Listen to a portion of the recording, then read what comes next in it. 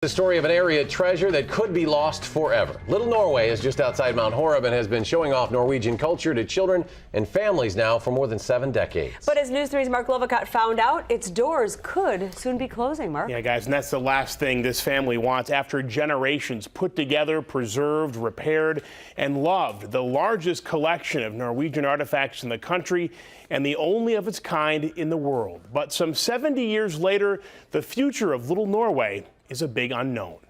We're celebrating our 75th season. Nestled between the hills of Blue Mounds lies a treasure. You'd think you were in another country, in another time. This is Little Norway. We've been a classroom in Wisconsin for 70 years. You know, teachers bringing their students here, universities bringing their students here. Scott Winter is the 4th generation of his family to operate this remarkable site. Before that, this was land a Norwegian family settled on when they came to America.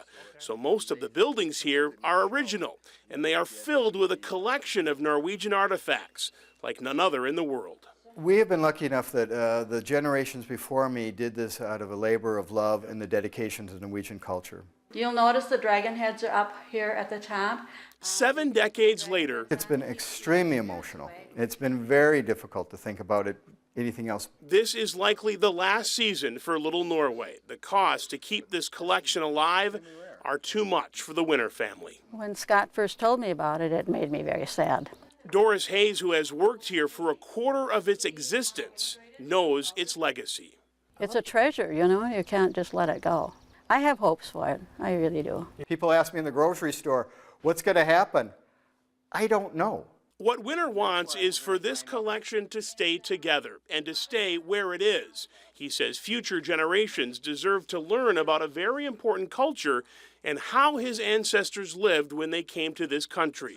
He wants his family's labor of love to live on. This has survived for 119 years, and it will keep going. It'll survive. I hope it stays on this site when it does survive. While the family is stepping aside, Winter hopes a private group or foundation will take it over. He says he will even stay with it under new owners to maintain the collection he has collected and maintained. While there are a lot of unknowns here, Winter says he is an eternal optimist. He has high hopes. He says that things will work out, but the end of the season is the last for this family. Big part of Wisconsin history Really there. is. All right, Mark, thanks. Sure.